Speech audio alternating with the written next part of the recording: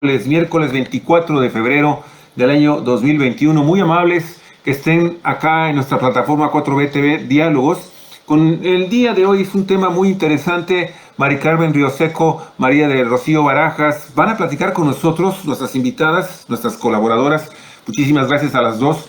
Sí, sobre el tema, un tema muy interesante porque hemos estado platicando las últimas semanas sobre el tema del cogobierno, el cogobierno en la Universidad Autónoma de Baja California. Pero en el día de hoy tenemos específicamente el caso del papel que jugaron las mujeres en el cogobierno de la Universidad Baja Californiana. Y para eso, bueno, pues las dos tienen datos muy interesantes. Olga Alicia, por favor. Sí, Javier, yo nada más diría que más allá del cogobierno, estimada maestra doctora María del Rocío Barajas Escamilla, muchas gracias por haber aceptado participar en este programa. Y pues a nuestra colaboradora ya permanente, la maestra Mari Carmen Rioseco, bienvenidas aquí a Cuatro Vientos en este programa que es el espacio para tratar pues los temas del feminismo y de los derechos de las mujeres. Y a nuestros amigos y amigas de Cuatro Vientos también les damos la bienvenida. Pues nada más yo agregaría a lo que dijo Javier, que no se trata solamente del cogobierno, sino en general del movimiento de esta huelga histórica, sus antecedentes inmediatos, sus consecuencias que tuvieron y de manera destacada la participación que tuvieron las mujeres también como protagonistas de este movimiento histórico en Baja California. Y bueno, pues Mari Carmen Rioseco, que ya la conocen muchos de ustedes, ella es feminista, defensora y gestora de derechos humanos, de las mujeres, de las niñas. En 1975 ella formó el primer círculo de estudios feministas en Baja California, el grupo Emancipación.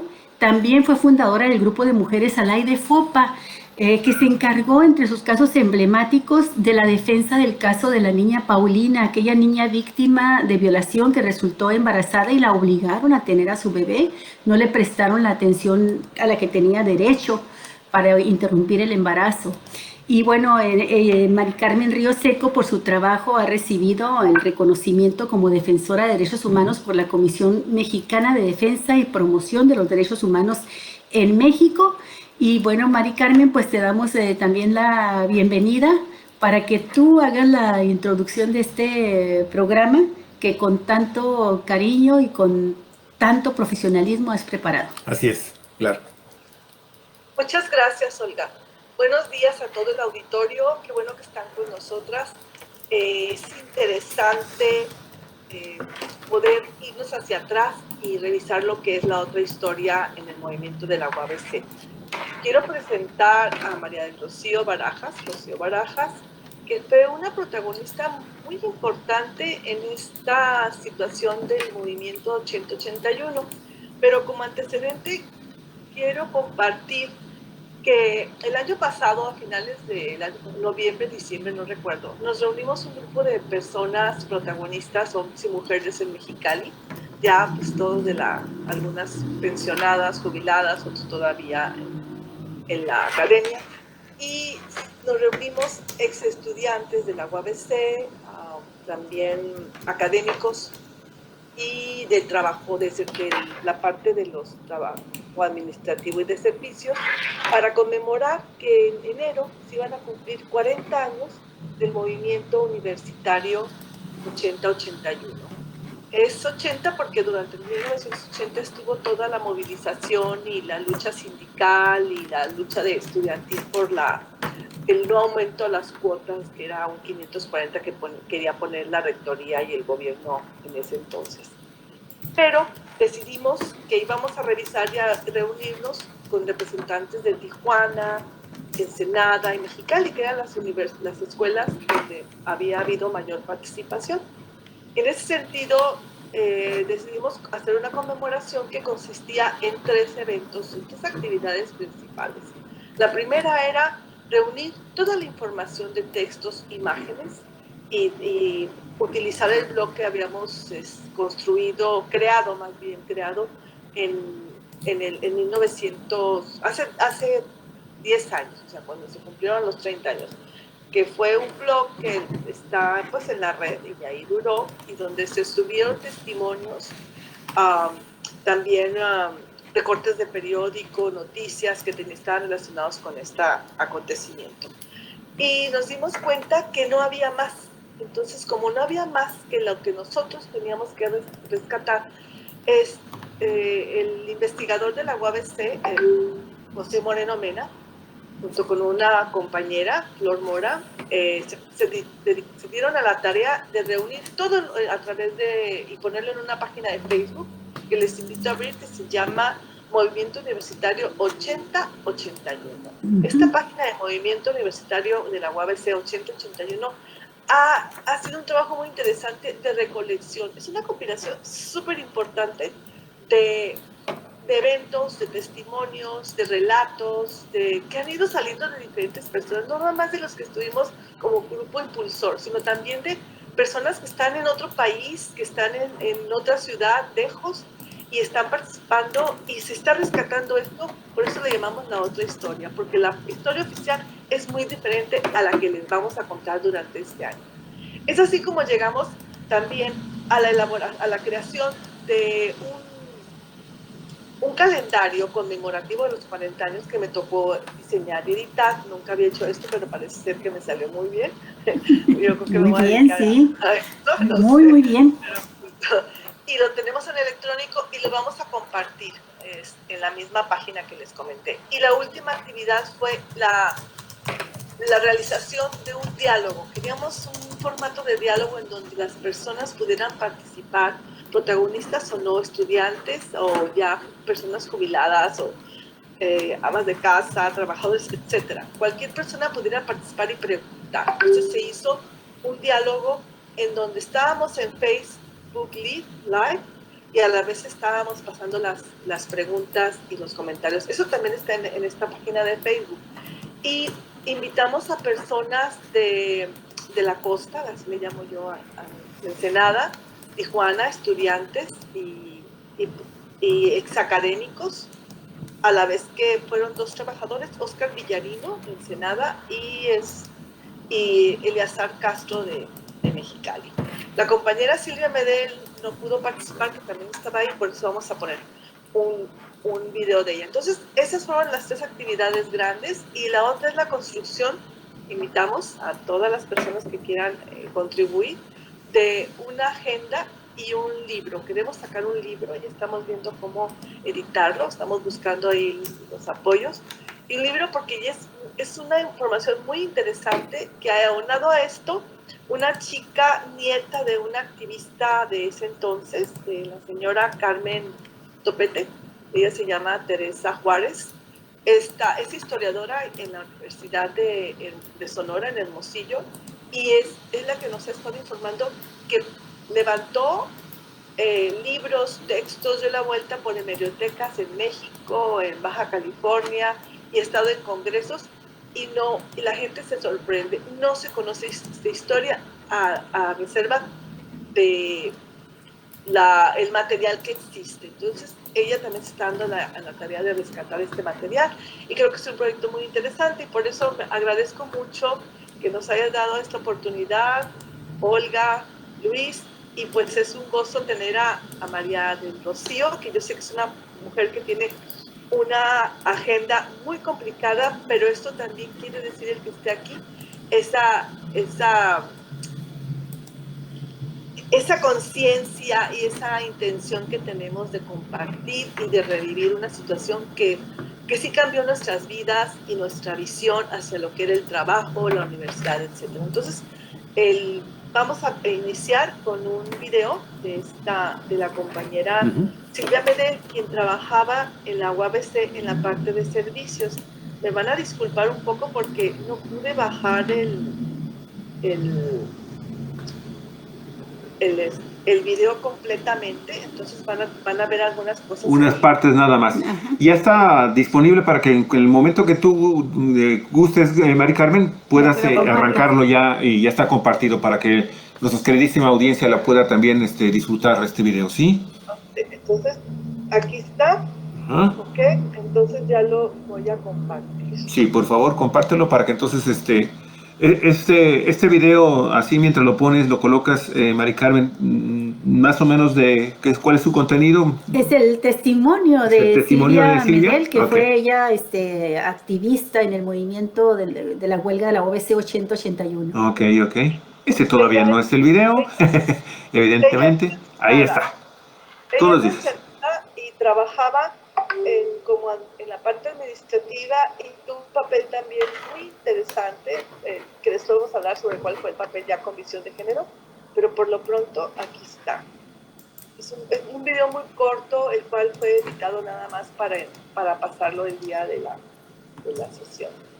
Entonces, creo que ahí está. No sé por qué no se pronuncia. Ahí está. Ahí está la maestra Medel. Antes de que lo arranques, si lo puedes hacer más, lo puedes poner a pantalla completa. Están haciendo posible estos eventos de conmemoración de los 30 años del movimiento.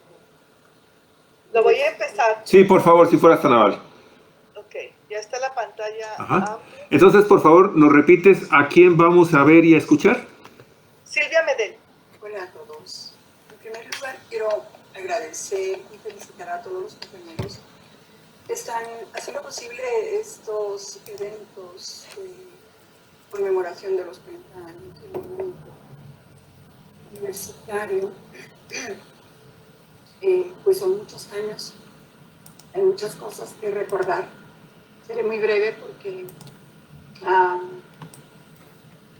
fueron muy duros, pero también muy aleccionadores. Yo creo que lo más importante para mí fue el despertar como trabajadora, luchar por los derechos justos, legales, necesarios de los trabajadores universitarios, manuales administrativos y también los docentes, agrupados en el STS, en la universidad. Yo creo que fue una cosa que a todos, a muchos, nos despertó, nos movió. Hay gente que ya venía de movimientos de 68, 71, y acá en Baja California, pues 75, 76. Pero para mí tuvo esa perspectiva como trabajadora más que como estudiante, que fue muy importante la participación de los compañeros porque si no hubiera sido posible el estallamiento de esa huelga. Y bueno, quienes defendían las razones muy particulares la echaban abajo, pero yo creo que esa herencia, esa Navidad del 80 que tengo para todas las que hemos tenido, bueno, por lo menos yo sí, la que tengo, la participación de la sociedad baja californiana, cómo nos apoyó con mucho cosas, participación, apoyo por los medios, en fin, yo creo que todo eso fue muy aleccionador para muchos. Pues, y lo que me queda claro es que hay que seguir participando, hay que seguir en esto, porque pues así como muestra un botón, el que tenemos ahorita de secretario de gobierno aquí en Mexicali, en Baja California, es el que sacamos nosotros como porro de la preparatoria de la troca. ¿Qué cosa? Al llamador Rodríguez Lozano. Rodríguez Lozano. Entonces, gente como esa sigue brincando como Julia por todos lados y es necesario hacer muchas cosas. Pues gracias nuevamente, espero volver a reencontrarnos. Hasta pronto. Okay. Qué interesante testimonio de Silvia, de verdad.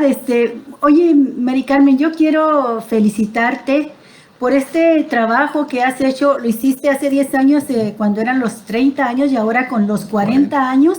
Y me da mucho gusto saber que están elaborando algunos productos que queden como testimonios escritos y videograbados.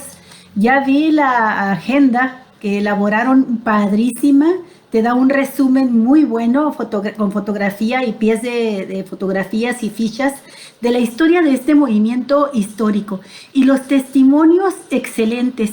Y por eso aquí en Cuatro Vientos te agradecemos y agradecemos muchísimo a la doctora María del Rocío Barajas Escamilla que haya aceptado este día estar con nosotros. Doctora, usted fue en aquel tiempo estudiante de la Universidad Autónoma de Baja California y representante ante la coordinadora del movimiento por la no imposición del incremento de cuotas en 1979, que de hecho fue el detonante, nos han dicho, cómo empezó este histórico movimiento que creó tanta conciencia en esa generación de universitarios, una conciencia tal que quedó como una flama viva en ustedes y que los ha hecho distinguirse a lo largo de sus trayectorias por su trabajo, por su sensibilidad, por su vocación social, pero también, como dijo ahorita Silvia Medel, pues quien era porro queda, así se queda, ¿no? Bueno, pues la maestra, la doctora Barajas, es doctora en Ciencias Sociales con especialidad en Economía Política Internacional y Estudios Regionales por la Universidad de California en Irvine, maestra de Ciencias Políticas por esta misma Casa de Estudios californiana y maestra en Desarrollo Regional en el Colegio de la Frontera Norte. También es profesora investigadora en el Colegio de la Frontera Norte entre 1986 y 2000 en el Departamento de Estudios Económicos y de 2001 a la fecha en el Departamento de Estudios Sociales. De 2017 a la fecha, directora de este departamento. Pues mira que nos da muchísimo gusto, es un orgullo enorme tenerla con nosotros, doctora Barajas, y platíquenos su testimonio, porque va a ser aleccionador. Vemos que tiene raíces profundas, pero también ramas frondosas, todavía este movimiento por los protagonistas de uno y otro bando, que todavía siguen vigentes en la vida política, social, económica, académica de Baja California. Adelante, maestra, bienvenida. Sí, pues muchas gracias a ustedes por esta oportunidad. Realmente anoche que estaba tratando de poner un poco en orden, recordando pues muchos momentos, pues fue muy interesante. Y bueno, espero que su auditorio pues le pueda ser útil esta perspectiva de lo que fue nuestra participación, pero también cómo veíamos y cómo analizábamos este movimiento. Entonces, bueno, rápidamente me gustaría hablar un poco de los antecedentes de mi participación en el movimiento universitario de finales de 1980, principios de 81, bueno, desde el 79 en la Universidad Autónoma de Baja California. Bueno, yo ingreso a la Escuela de Contabilidad y Administración en 1977.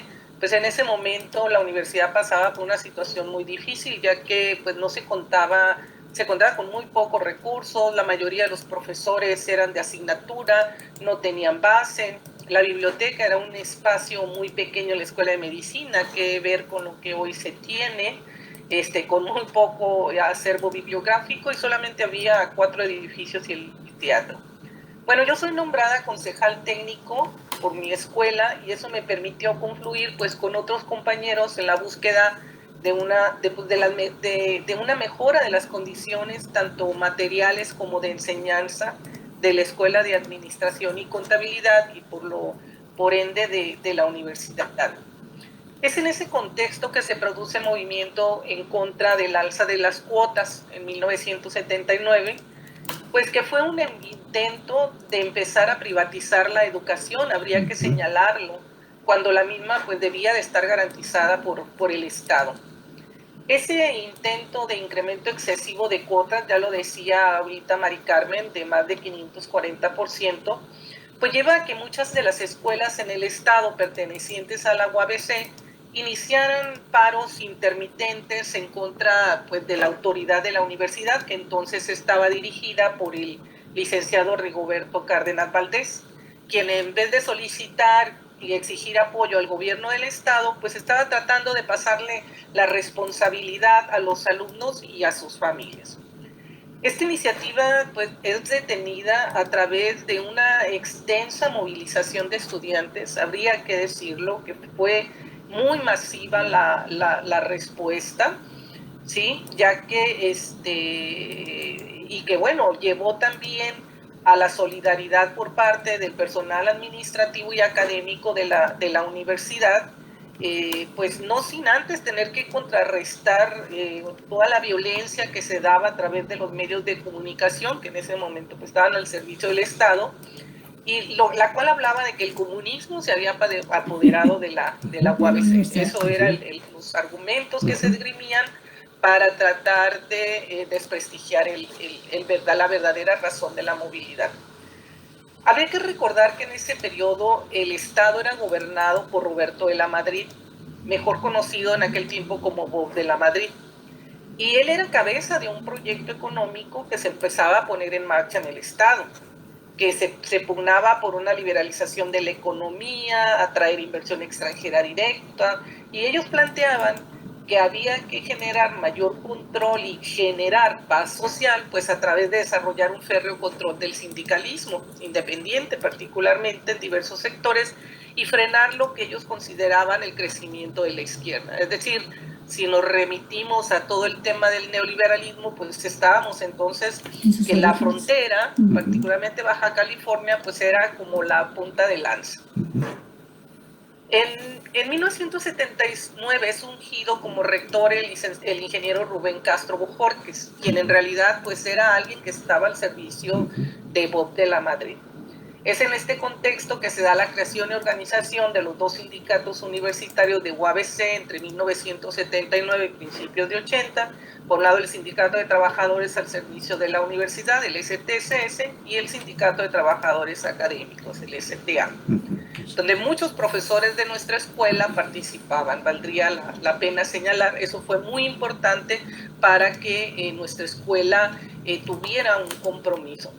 Bueno, a principios de 1980, ambos sindicatos disputan un sindicato blanco, en este caso el SPESU, la toma de nota que daría el reconocimiento a su sindicato, es decir, se buscaba por parte de los sindicatos reales y disputaban contra este sindicato creado por la autoridad.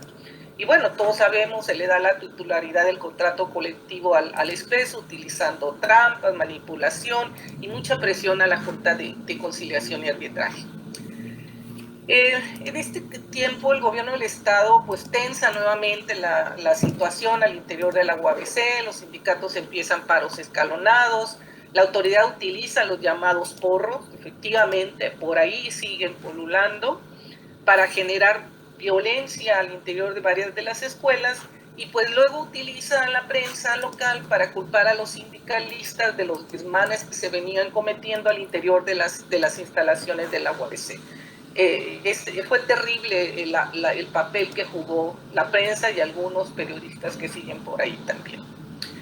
Es en este contexto que se llega al movimiento de huelga de los trabajadores, tanto administrativos como académicos, y en las asambleas estudiantiles, escuelas como la nuestra, la Administración y Contaduría, que era la escuela más grande de la zona costa, decide unirse al paro de labores hacia finales de octubre, nombrándome a una servidora y a otros dos compañeros, Javier González Monroy y Lilia Trujillo, que en paz descansen, la colega que murió el año pasado, como los representantes ante el Consejo de Huelga de la UABC. Nuestra escuela tuvo un comportamiento ejemplar, yo lo considero, en este movimiento, ya que tradicionalmente los estudiantes que provienen de las ciencias administrativas son más conservadores en cuanto a su involucramiento en este tipo de luchas. Pero la verdad que era tal la agresividad que tanto el rector en turno como el gobierno del Estado habían desatado en contra de este movimiento, que la verdad que lo único que lograron es que el mismo pues ganara más simpatía. Por otro lado, el movimiento de la toma del campestre en 1971 había formado un grupo de líderes estudiantiles y muchos de ellos habían ingresado a la Escuela de Contabilidad y Administración y se habían organizado en un proyecto de revista que se llamó en su última etapa Avance, que a su vez era un círculo de estudios sobre el humanismo, el marxismo, y al cual el compañero Javier González y yo éramos miembros. Ya en este momento había claridad en el sentido de que teníamos que defender nuestro derecho y el de nuestros futuros hijos, pues a contar con una educación superior de calidad y gratuita. Y se logra desarrollar una conciencia en esa generación sobre nuestra responsabilidad para defender un modelo de desarrollo incluyente y democrático. Esto frente al autoritarismo que se desplegaba desde el Estado. Finalmente quiero mencionar que la Escuela de Administración decide levantar el movimiento de huelga solo hasta después del asalto y el rompimiento de huelga el 5 de enero, dirigido por el rector y el entonces gobernador del estado. Los estudiantes, la verdad, confiaban en sus líderes, pero también confiaban en la legitimidad del movimiento. Y bueno, finalmente había también que decir que había una especie de obsesión por pensar que la izquierda en sus diferentes vertientes se había apoderado de la universidad y por ello se buscaba una sindicalización, ¿no? Ese era el argumento con el cual se rechazaba la idea de la creación de darle la legitimidad a estos sindicatos. Recordemos que todavía en la década de los años de 1980, pues primaba entre los más conservadores de la política mexicana una idea de que la búsqueda de democracia pues era igual a comunismo. Por ello se buscaba romper los modelos de autogestión. Yo digo que hoy llamarían elegantemente gobernanza, que ya tenían un camino recorrido, como era la elección de directores, concejales universitarios, concejales técnicos por votación directa y a mano alzada. Eso hacíamos en la Escuela de Administración. Y bueno, ya como una reflexión final, creo que se puede decir que la principal motivación de parte del priismo en ese momento y del gobernador Roberto de la Madrid para agredir a la universidad y a sus estudiantes, trabajadores y académicos, pues fue el poder utilizar también a la UABC como parte de su modelo económico, que formara profesionistas al servicio pues del mercado, masa crítica, poco pensante y muy dócil. Pues esto es lo que yo podría compartirles como parte de la reflexión de todo este periodo vivido. Híjole, maestra Barajas, doctora Rocío Barajas, qué riqueza de testimonio nos está dando. Ya llegaremos al momento de las preguntas porque yo tengo muchas que me surgen ahorita, muchas inquietudes. Y bueno, nomás me faltó comentar que usted fue durante 2 años, del 97 al 99, secretaria general del Sindicato de Profesores del Colegio de la Frontera Norte en Tijuana, el CIPCOLEF. El primer sindicato formado por académicos en una situación muy complicada, pero que ha sido después de que más de 20 años, pues hoy vemos toda la riqueza de haber podido tener este movimiento y haber creado este sindicato, del que estamos pues muy orgullosos. Sí, exactamente, eso iba a comentar, que la experiencia que se hace desde su temprana edad joven como estudiante rinde frutos también en la lucha sindical, y es una visión global, y en efecto pues todo este movimiento universitario fue sin duda, ahorita me corregirán si me equivoco, una de las primeras expresiones también por parte de los universitarios, entre los sectores que luego se manifestarían en contra de este modelo neoliberal naciente en esos años. Fue de las primeras oposiciones, vamos a decir, a ese modelo, y tratado pues con la represión característica, como si no hubiese pasado los años después del 68, porque los argumentos seguían siendo los mismos, no son comunistas y hay que preparar el camino hacia la represión de ese movimiento. Mari Carmen, ¿cuánto tiempo tenemos para esta primera parte? Tenemos todavía 7 minutos. 7 minutos, y luego mandamos una segunda invitación para la segunda parte de Zoom. ¿Sí?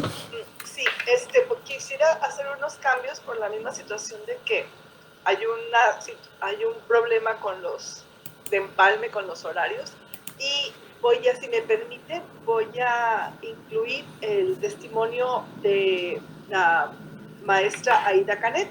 Perfecto. Ok, adelante.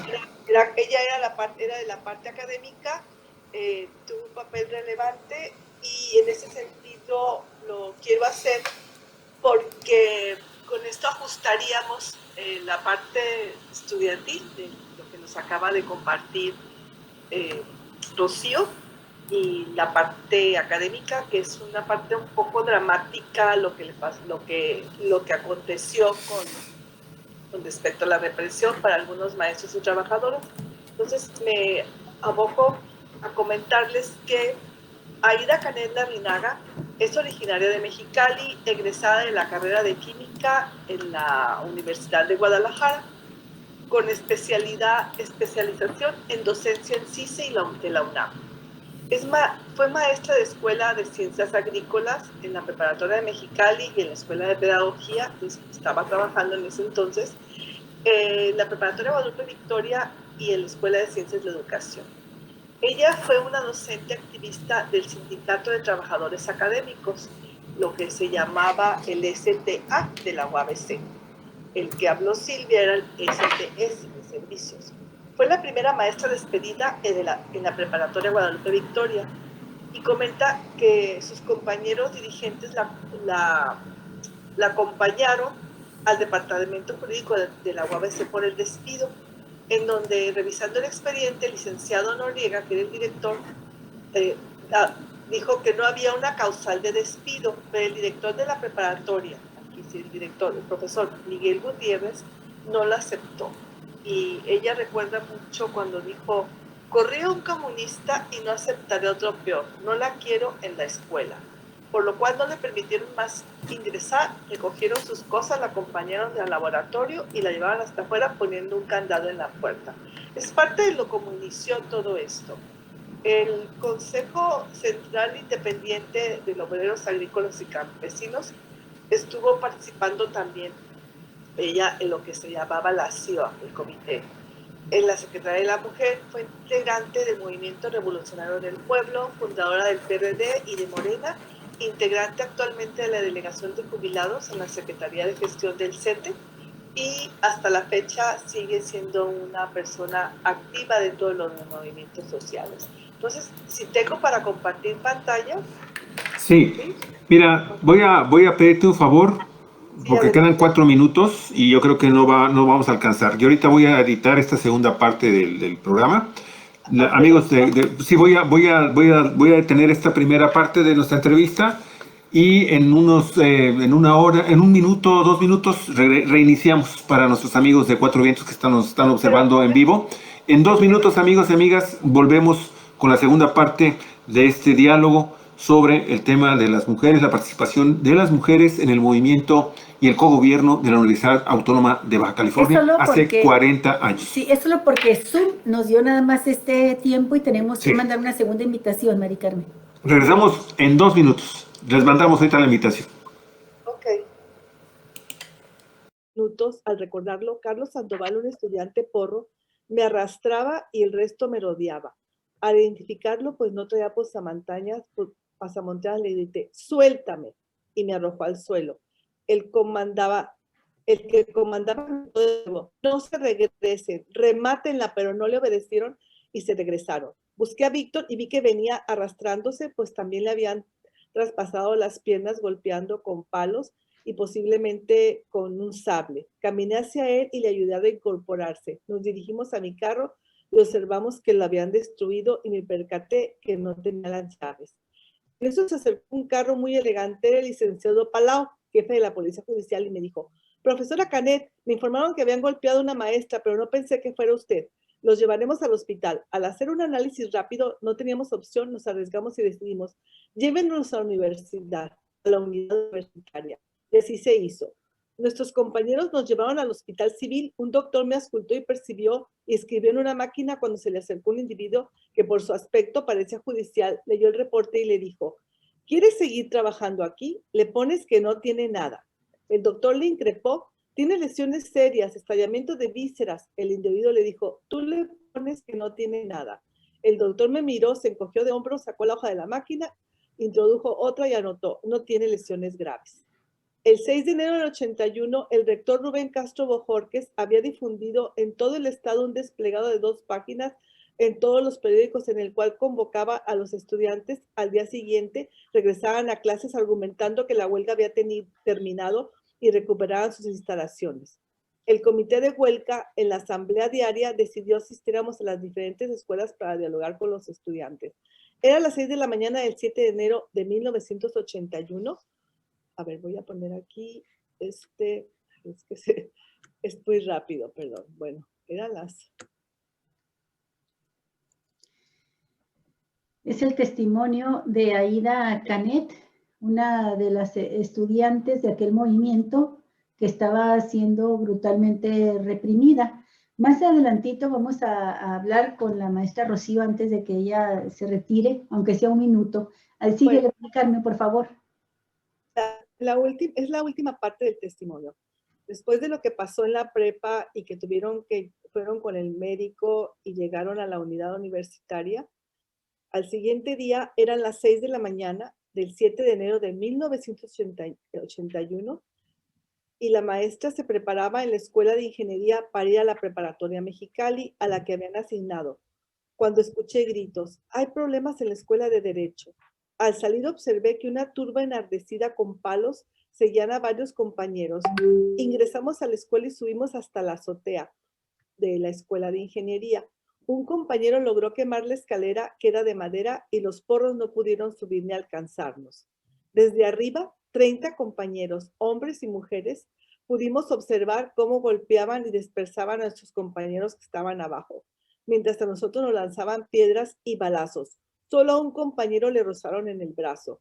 Destruyeron las instalaciones y quemaron los autos de todos los trabajadores y trabajadoras que estaban estacionados en la universidad.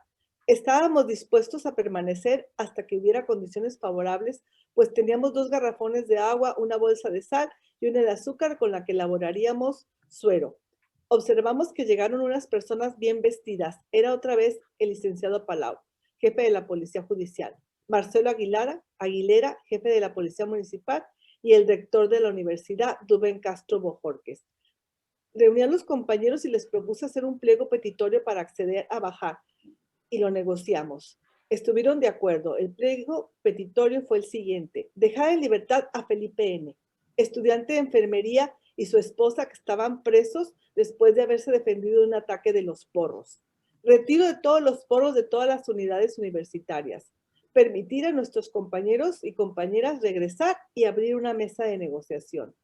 Fue aceptado y el heroico cuerpo de bomberos nos ayudó por medio de enormes escaleras a bajar, apagando también los fuegos de los automóviles y todos los instrumentos que se habían quemado, incendiado. Bueno, hasta aquí termina el testimonio de la profesora Aida Canet. Aida Canet, una excelente crónica del momento de la represión. Maestra, doctora Rocío Barajas, yo sé que sabemos porque nos anticipó que tiene un compromiso inmediatamente después, ya sea en unos minutos más, pero nos gustaría mucho que antes de irse nos diera su opinión sobre qué es lo que hace falta hacer hoy en día para lograr aquellos anhelos y sueños de los universitarios que heroicamente se lanzaron a la lucha por un proyecto, un modelo de universidad democrática, crítica, que formara profesionistas comprometidos con la sociedad.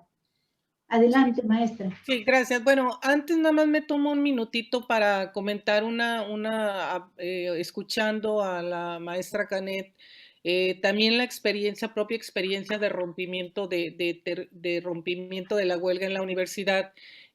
Una vez que se había hecho toda esta violencia, sobre todo en Mexicali y Ensenada, los integrantes del comité de huelga en Tijuana, en la Escuela de Administración, llamamos a una reunión para pues decidir qué es lo que íbamos a hacer. Y fue muy interesante porque llegamos a la universidad, efectivamente los porros que se habían apoderado de las instalaciones habían puesto cadenas en el teatro. Llegamos, todos los estudiantes nos empezamos a conglomerar en la parte externa del teatro, empezamos a avanzar y ellos pues no nos querían dejar entrar. De hecho, lo que hacen, recordamos muy bien, es que estaban bastante armados, traían unas chaquetas porque era diciembre, abren sus chaquetas y pues vemos todas las armas, nos trataban de amedrentar, pero era tal la cobertura que nos dieron los estudiantes que los obligaron a moverse y a que incluso alguien dijo unas pinzas para romper las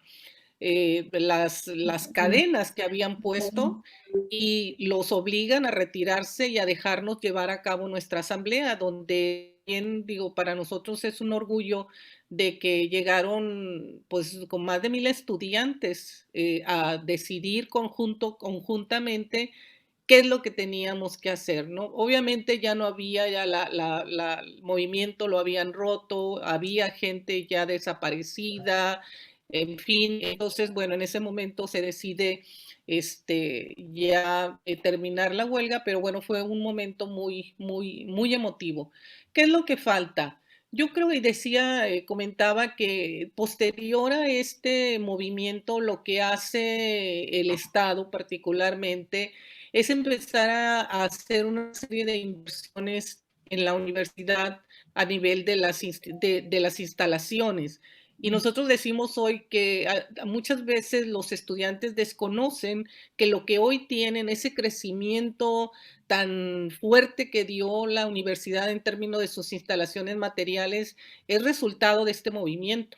Sí, bueno, desde el 75, desde los movimientos que se hicieron del campestre, luego el movimiento del 79, el movimiento del 80-81, da como resultado que el Estado tiene de alguna manera, se ve forzado a hacer la inversión, ¿sí? Porque el Estado regular, o sea, hablando de este modelo que tenía particularmente, que impulsaba este gobernador de la Madrid, pues ellos tenían su universidad, tenían el CETIS, que era donde se decía que se formaba a la clase empresarial, y donde por muchos años nos dijeron que era un proyecto financiado por ellos. A los años supimos que ese proyecto era financiado por el Estado, que los recursos que se le negaban a la universidad eran recursos que se le daban a estas instituciones privadas. Sí. Bueno, entonces creo que esto por un lado hubo una parte que tenemos que valorar como resultado del movimiento, que es todo el avance que tuvo la institución,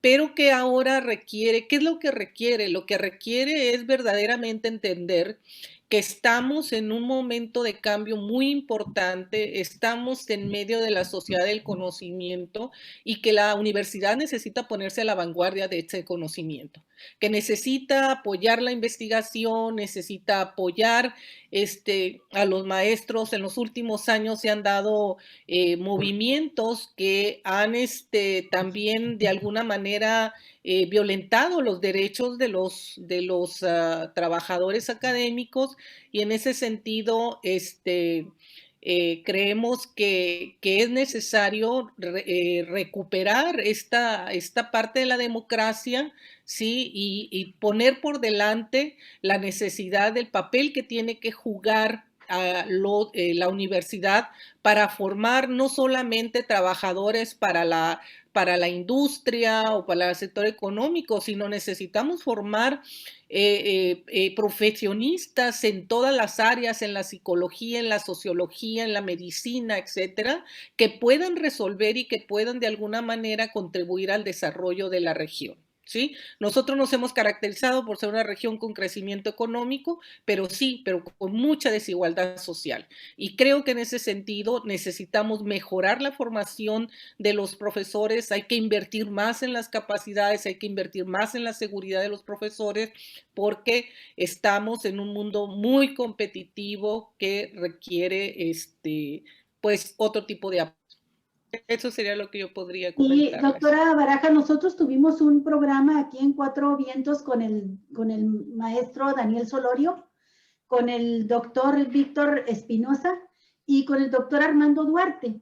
Y ellos, en una conclusión que hicieron al analizar este movimiento universitario, dijeron, y se lo pregunto si estaría usted de acuerdo con ello, plantearon tres cosas fundamentales: la democratización de la universidad, y para ello hablaban de la desaparición de la Junta de Gobierno.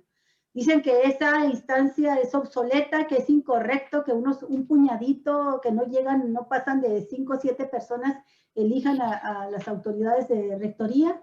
Hablaban también de la defensa, pues, de la universidad gratuita, la educación gratuita, pública, la educación democrática, y hablaba en ese sentido de la necesidad de una reforma educativa para la universidad. A grosso modo, eso es lo que recuerdo en este momento. ¿Usted considera que serían algunas de los pasos a dar? Bueno, yo creo que definitivamente sí se requiere una reforma a la universidad. Creo que la reforma, la ley ley que orgánica. la ley orgánica es desde el momento de su formación no se ha reformado. Creo que lo que se requiere es efectivamente una democratización de sus órganos y una transparencia. Yo no sé si realmente se puede plantear una eliminación de la Junta de Gobierno, pero sí de su representación, sí de sus limitaciones acerca de del nivel de decisiones que ellos pueden tener y de la transparencia con que se pueden manejar. ¿Sí? Todas las instituciones, sobre todo este tipo de instituciones, pues tienen estos órganos de gobierno, pero no quiere decir que eliminándolos vamos a resolver, sino el problema es cómo los democratizamos y cómo damos más peso a decisorio a las propias unidades académicas para que ellas puedan también tener una mayor incidencia en la definición de su política académica. Y definitivamente hay que trabajar mucho y alinear los objetivos de las universidades y de la universidad a los grandes objetivos nacionales. Sí, maestra, pues le agradecemos muchísimo su intervención y que nos haya adelantado las conclusiones. Le agradecemos en particular toda esta parte que menciona también del porrismo, cómo actuó el porrismo como grupo de choque contra los universitarios que estaban participando en este movimiento democrático, y cómo viene a reforzar con su testimonio lo que dijo Silvia Medel, que los porros, algunos de ellos vigentes, mencionando en el caso de Silvia, que mencionó directamente a Amador Rodríguez Lozano, entre ese grupo de porros que los lanzaron contra ustedes, ¿no?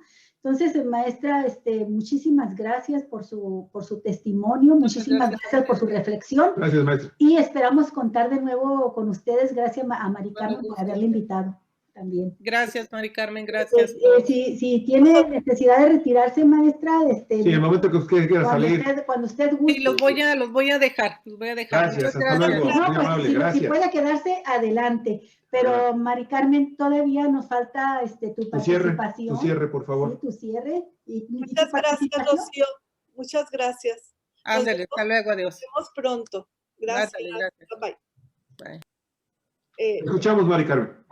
Sí, yo quiero reflexionar un poco sobre lo que decía Rocío. Estoy de acuerdo como lo plantearon los académicos que invitaron en anterior ocasión después del diálogo virtual que tuvimos.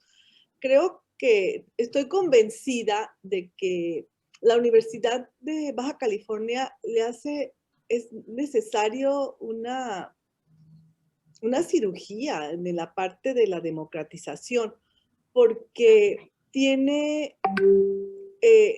no estoy de acuerdo en que tienda precisamente a desarrollar y a capacitar a personas para que puedan ser también una fuerza laboral.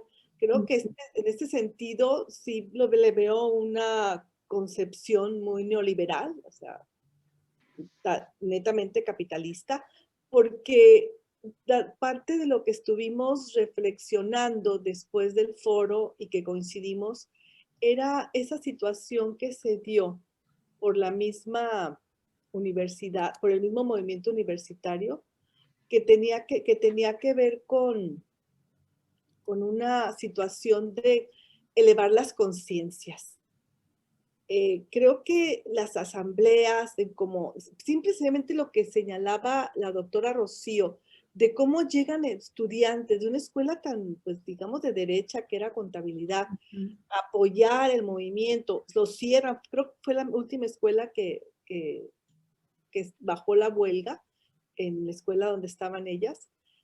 Y esta situación de empatía, de solidaridad con una causa que fue primero estudiantil, no por el 540, pero a través de asambleas, manifestaciones y esta relación, interrelación de comunicación y de trabajar juntos las respuestas, las propuestas, en esas asambleas de estudiantes, de trabajadores y administrativos, de la parte académica, creó mucha conciencia. Fue el inicio, yo lo llamé como el inicio de un movimiento de conciencias. El despertar, ¿no, Mari Carmen? Creo que hacia eso te dirigías tú cuando señalaste esta parte, ¿no? Porque a la fecha persiste. Personas como Rocío, como Baltasar en la parte ambiental, algunas como Silvia Beltrán, que fueron diputadas, o como Aida, que siguieron trabajando en el sindicato, un Sergio Haro, que fue en ese entonces... ¿Periodista? Ajá, en ese entonces fue el que tomó muchas fotografías. De hecho, fotos del calendario que diseñé, que se editó, Varias son de él. son de Sergio Haro. Y entonces vemos que se desarrollaron liderazgos en la política, en la educación, en los medios independientes, en la representación laboral, en lo legislativo, en el feminismo y en la ecología.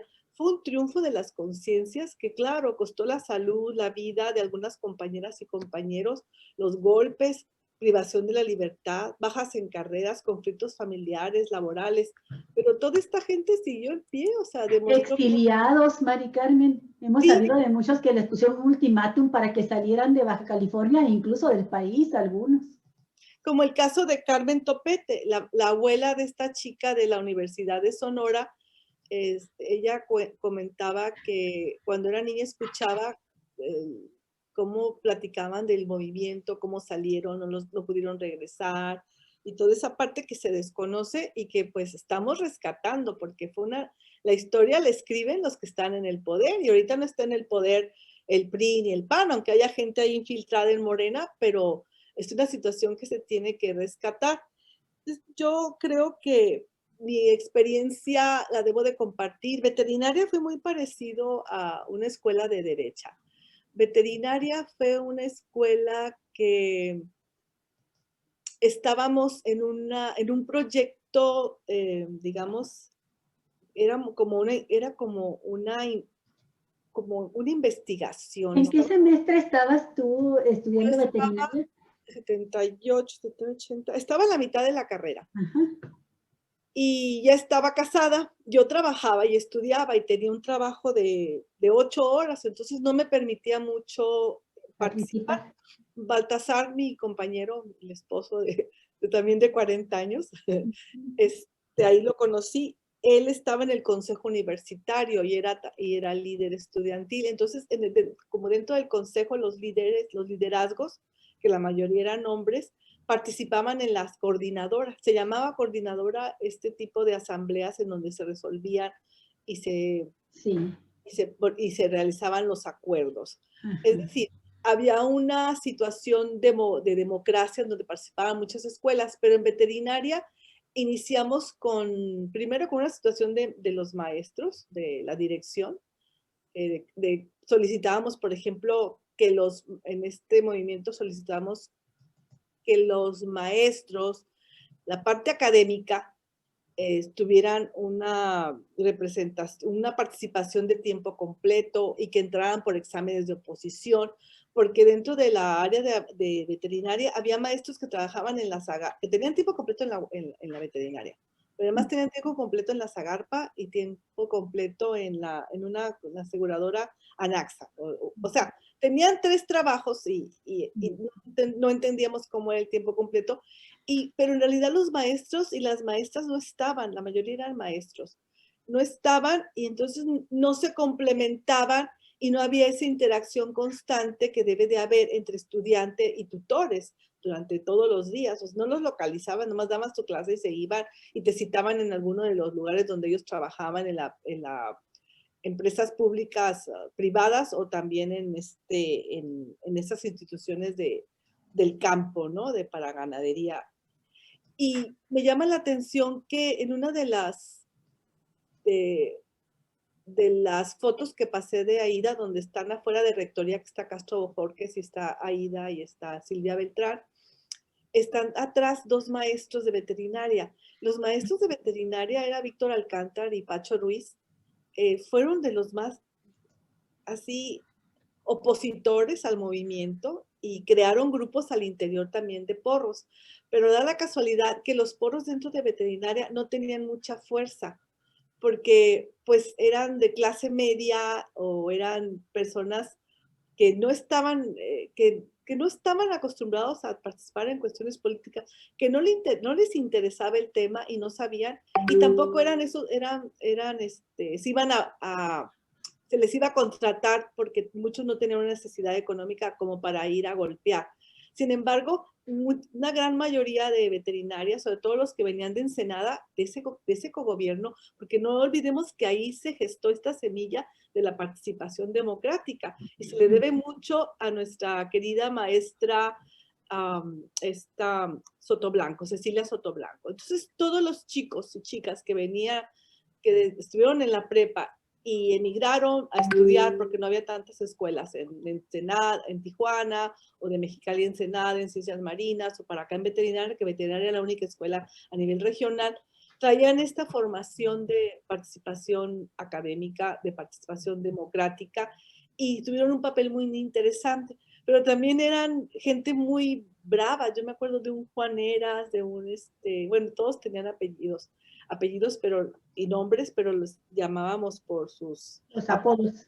Ajá, entonces los de Ensenada incluso tenían casi una casa de estudiante en Mexicali, y son los que estuvieron ahí defendiendo, y por eso nunca tuvimos estos enfrentamientos, porque eran más fuertes, estaban mejor posicionados políticamente, y por eso hubo una omisión de este tipo de personajes en nuestra escuela.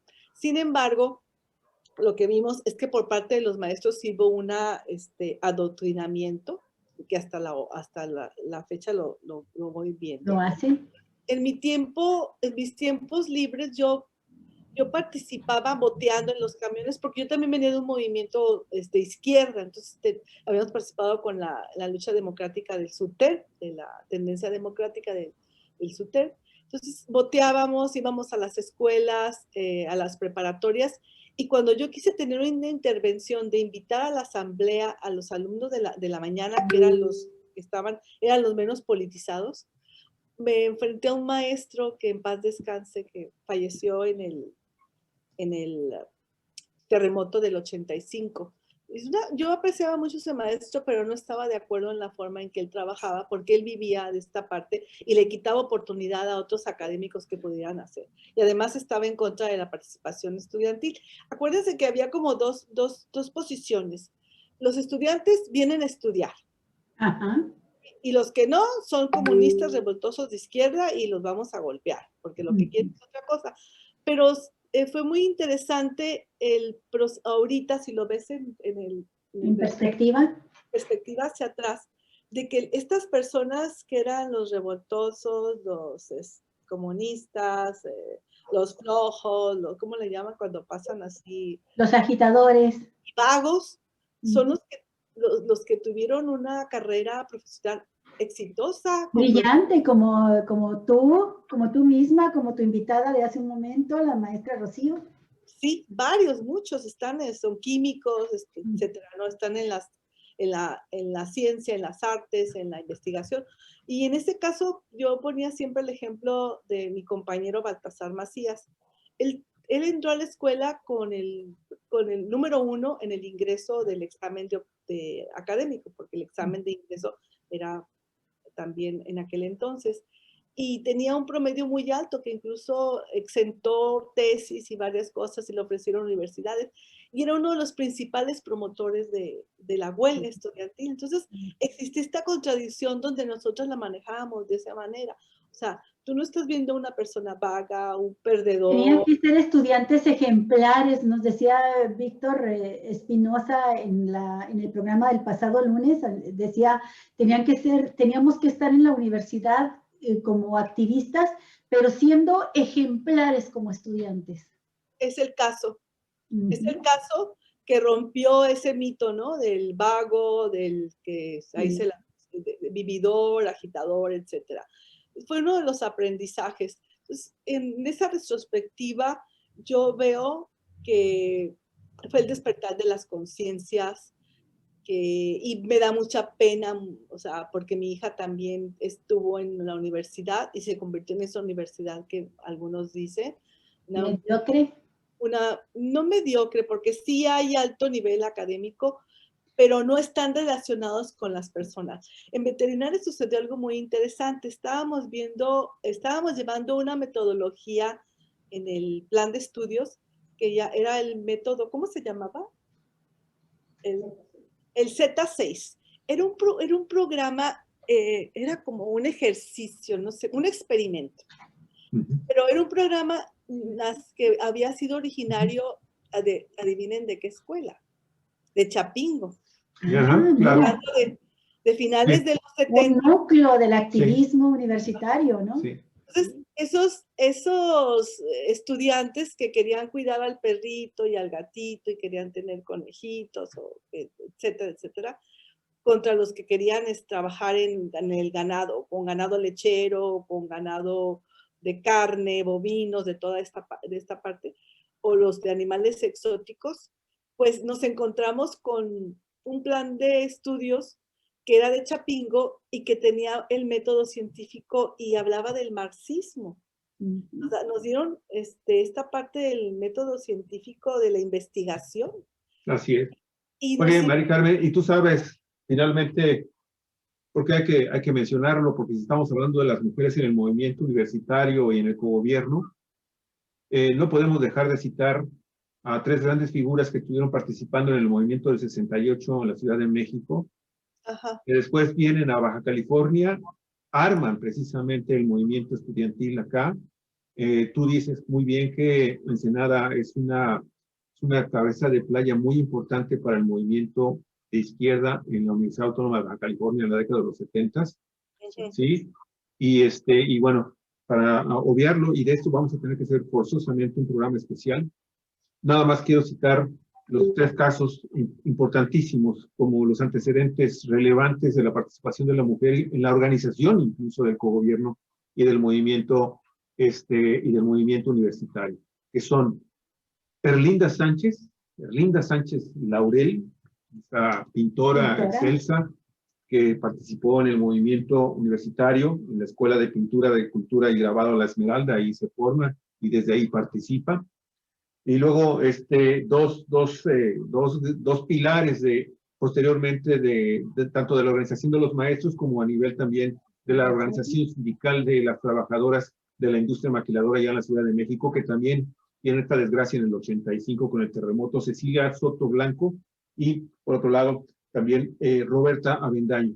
Ellas, la Nacha, como yo creo que le decían a ella, la Nacha. Ellas, junto con una, nada más logro recordar que era la Tita, forman parte de lo que tenemos que hablar en este año de del 40 aniversario de la caída del cogobierno acá en la Universidad Autónoma de Baja California. Y también yo creo que eso tendría que ser motivo de otro programa, porque tenemos esta visión romántica que está muy bien, pero también dentro del movimiento y dentro de los dirigentes del movimiento universitario y el cogobierno, el UABC también hubo oportunistas y también hubo traidores. Y de esos que cuando fueron los primeros que recibieron las becas que les ofreció el gobierno del estado de Baja California con Roberto de la Madrid a través del gobierno federal, para que se fueran algunos a Cuba, algunos a otros. Y un tercer programa sería muy interesante, explorar la influencia que tuvieron los maestros y académicos que llegaron a Ensenada, expatriados de Chile, después del golpe militar a Salvador Allende, porque también aquí hay materia de dónde cortar. Estuvieron y crearon también toda una escuela del comunismo y del socialismo, destacados académicos chilenos que sentaron también las bases a partir del 73-74, de lo que posteriormente en Baja California se dio como el movimiento universitario y el cogobierno en la Universidad Autónoma de Baja California.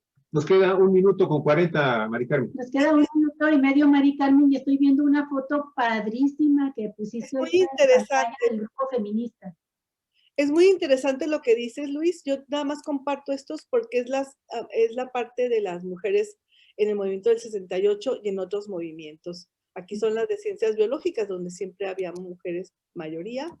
Y esta es una que me encanta, también de las mujeres que trabajan, que participaron en el 68, en los 70. Yo creo que una de las situaciones que se tiene que ver es en el contexto, o sea, cómo el contexto internacional de lo que pasó al salir de las dictaduras, toda esta parte de los exilios, el movimiento del 68, el movimiento del 71, cómo llegan también exiliados y también llegan o regresan a Baja California, y esta es como la chispita esa que va. Claro. Se hace una cadena de participación. Un minuto nos queda, Rosy, Mari Carmen, un minuto. Una cadena de conciencias, y pues las mujeres habría que rescatar cuál es el papel que jugaron. O sea, además de en la parte de cuidados, cómo fue que resolvieron, y a mí me gustaría mucho también invitar a... Vamos organizando